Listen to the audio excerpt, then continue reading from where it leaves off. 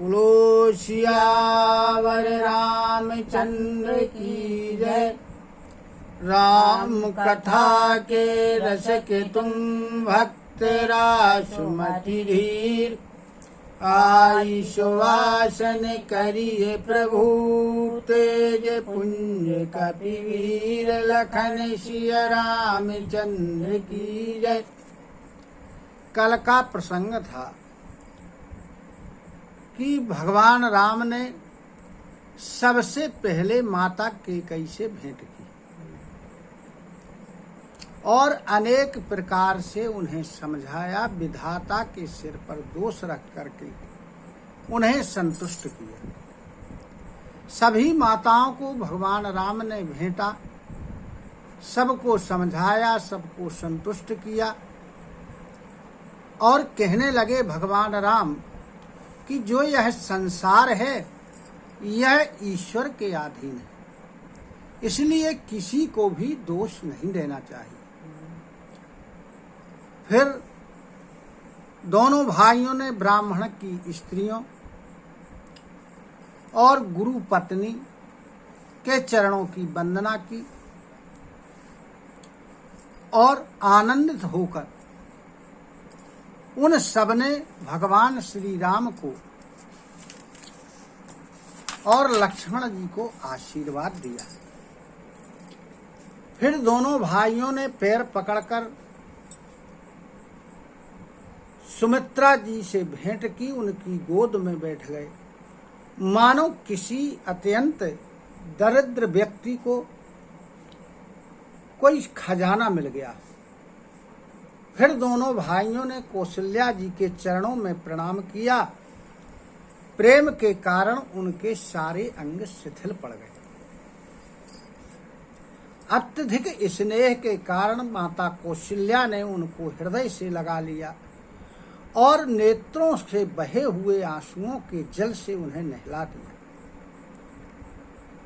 शिव जी कहते हैं, हे पार्वती जी, उस समय का जो हर्ष था और विषाद था उसे कोई कवि कैसे कह सकता है। जैसे यदि किसी गूंगे से स्वाद पूछा जाए तो कैसे बताए। श्री रघुनाथ जी ने छोटे भाई लक्ष्मण जी के सहित माता कौशल्या से मिलकर और गुरु वशिष्ठ जी से कहा कि आश्रम पर पधारिए। मुनि वशिष्ठ जी की आज्ञा प्राप्त करके समस्त अयोध्यावासी जल और थल का सुविधा यानी व्यवस्था देख करके और सबने अपना अपना डेरा डाल लिया।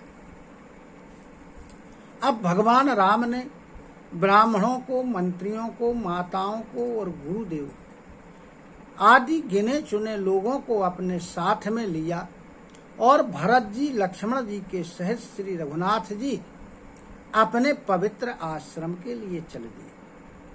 सीता जी ने आकर मुनि वशिष्ठ जी के चरणों में प्रणाम किया और आशीर्वाद प्राप्त किया। फिर मुनियों की स्त्रियों, गुरु पत्नी आदि से भेंट की, उन्हें प्रणाम किया। सीता जी ने सभी के चरणों की अलग अलग वंदना करके अपने हृदय को अनुकूल लगने वाले अनेक प्रकार के आशीर्वाद प्राप्त किए। जब सीता जी ने सब सासुओं को देखा तब उन्होंने सहम करके अपनी आंखों को बंद कर लिया।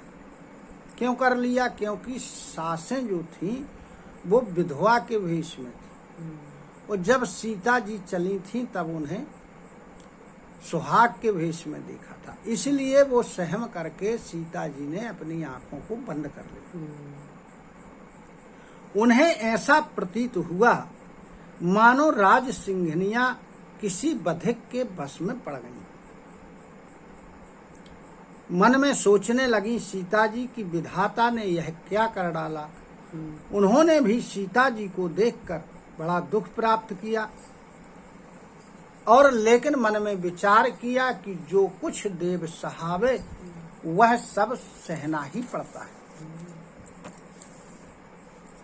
माता सीता जी ने अपने हृदय में धैर्य को धारण किया नीले कमल के समान नेत्रों में जल भर करके सब सासुओं से जाकर के मिली। उस समय वहां करुणा रस छा गया। अब इसके आगे का प्रसंग।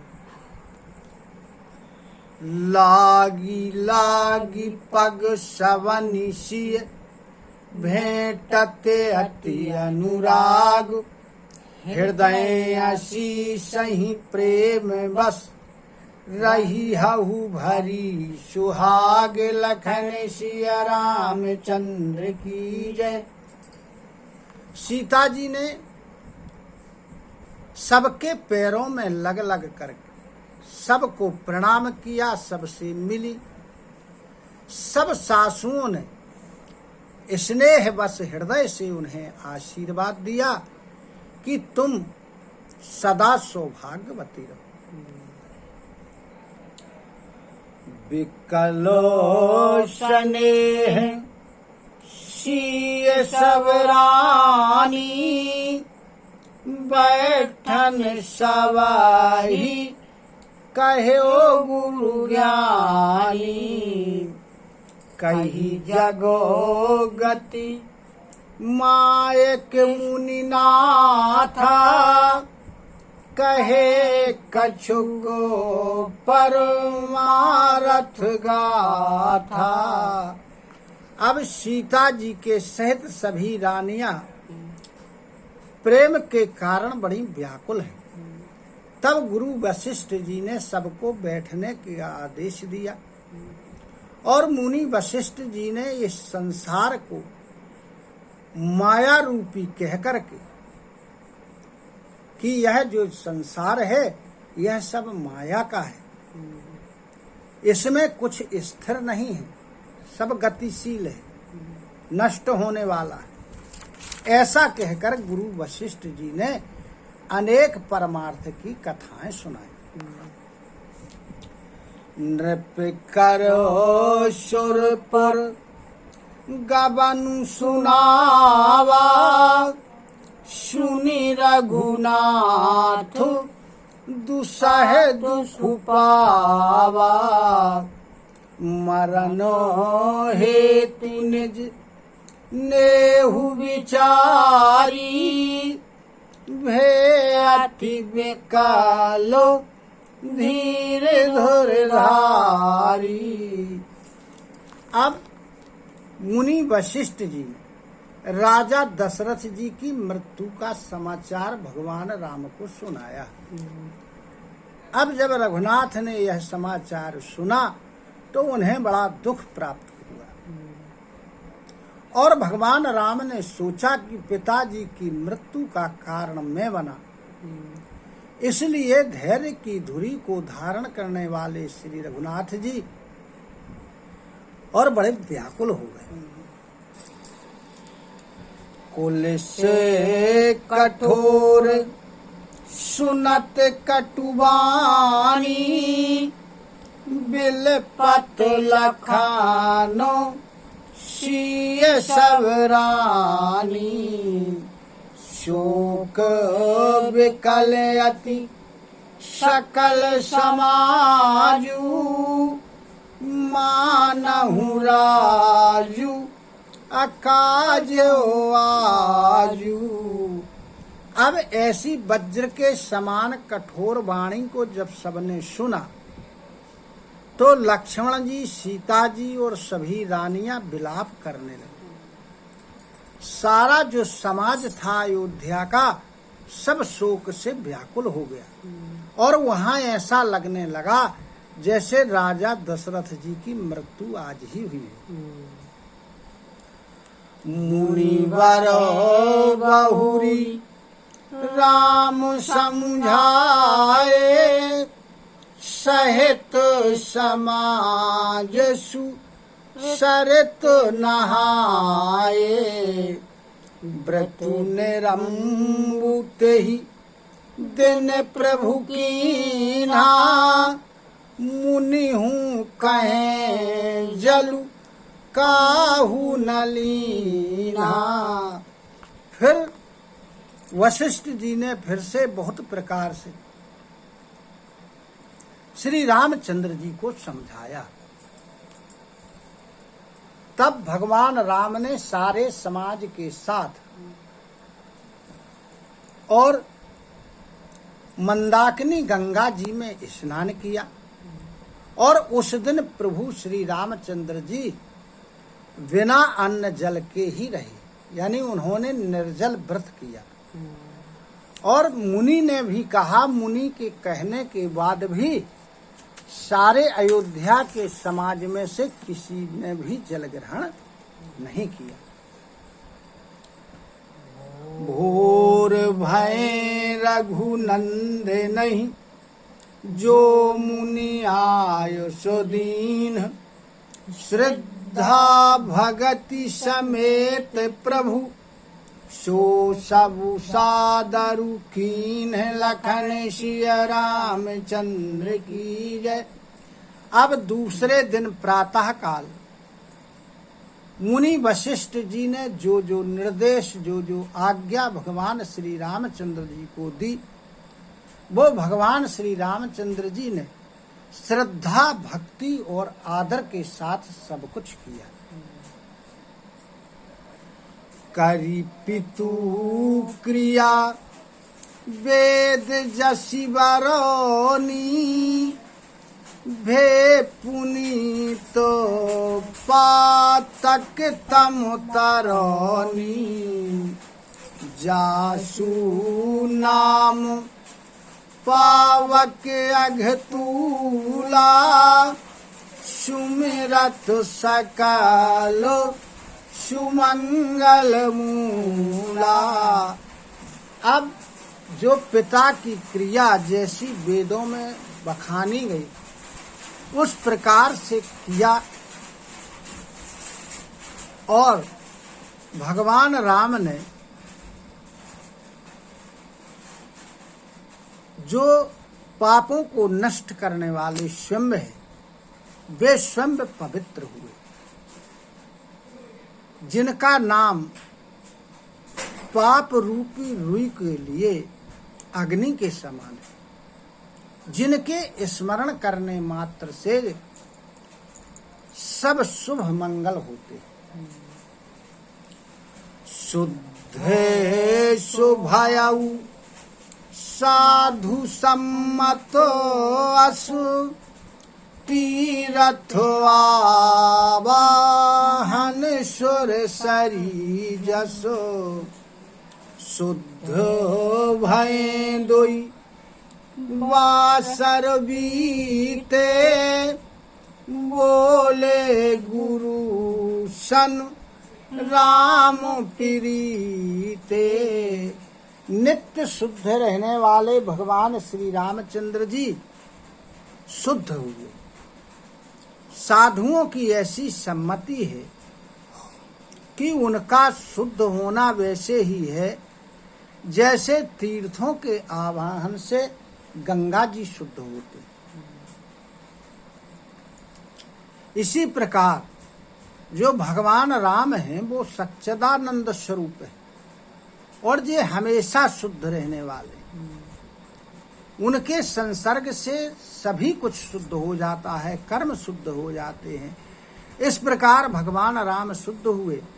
जब उनको शुद्ध हुए 2 दिन बीत गए, तब भगवान श्री रामचंद्र जी बड़े प्रेम के साथ और वशिष्ठ जी से कहने लगे, नाथो लोग सब निपट दुखारी, कंद मूल फल अम्बु आहारी, सानुजो भरतु सचिव सब माता, देखी मोही पल जिमि जुग जाता। भगवान राम कहने लगे वशिष्ठ जी से कि हे नाथ, सभी लोग बड़े दुखी हैं और दुखी हो रहे हैं। कंद मूल फल और जल का ही आहार कर रहे, भरत जी के सहित मंत्री लोग, माताएं, शत्रुघ्न, इन सभी को देख करके मुझे एक एक पल एक एक युग के समान बीत रहा है। सब समेत पुर धारिये पाऊ, आप यहाँ अमरावती राऊ। बहुत कहूँ सब कियाऊँ ढिठाई, उचित होई तस करिए गोसाई। कहने लगे कि इसलिए आप सब लोगों के साथ अयोध्यापुरी को पधारने का कष्ट करें, यानी वापस लौट जाए। आप यहाँ हैं और पिताजी स्वर्ग में हैं, इसलिए अयोध्या वहाँ सुनी है। फिर कहने लगे भगवान राम कि मैंने बहुत कुछ कह दिया है, यह सब बड़ी ढिठाई है। हे गोसाई, जैसा आपको उचित लगे, जो उचित हो आप वैसा करिए। धर्म से तू करुणायतन, कस न कहु असुराम। लोग दुखित दुन दुई दरस, देख लहूं विश्राम। लखन सिया रामचंद्र की जय। तब मुनि वशिष्ठ जी ने कहा कि हे राम, तुम धर्म के सेतु हो और दया के धाम हो, तुम भला ऐसा क्यों नहीं कहोगे? लोग दुखी हैं तो थोड़ा 2 दिन तुम्हारा दर्शन करके शांति का लाभ प्राप्त कर ले। बोलो सियावर रामचंद्र की जय। कथा विसर्जन होते सुनहु वीर हनुमान। जो जन यहाँ से आए हो, सो तहाँ करऊ पयान। सूता सब आश्रम गए, शंभु गए कैलाश। रामायण मम हृदय में सदा करहु तुम वास। लखन सिया रामचंद्र की जय। उमापति महादेव की जय। पवन सुत हनुमान की जय। गुरु गोविंद की जय हो। जय जय सीताराम, जय जय राधेश्याम। नमः पार्वती पते, हर हर हर महादेव। हरि शरणं हरि शरणं, हरि शरणं हरि शरणं, हरि शरणं हरि शरणं, हरि शरणं हरि शरणं।